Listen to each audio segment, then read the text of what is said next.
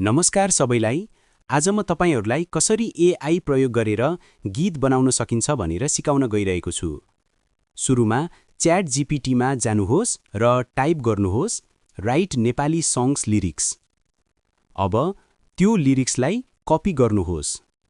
त्यसपछि Google Chrome खोल्नुहोस् र सर्च गर्नुहोस् suno.com।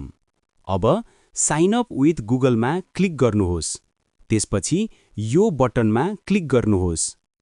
अब कस्टममा क्लिक गर्नुहोस् र अगाडि च्याट जीपीटीबाट कपी गरेको लिरिक्स त्यहाँ पेस्ट गर्नुहोस्।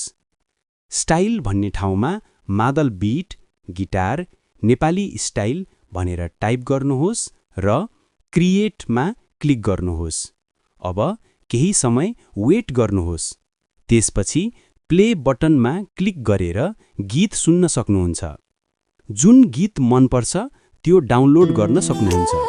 तर माथिका 2वटा डाउनलोड गर्नको लागि अपग्रेड गर्नुपर्छ। बाँकी गीतहरू तपाईले फ्रीमा डाउनलोड गर्न सक्नुहुन्छ। धन्यवाद।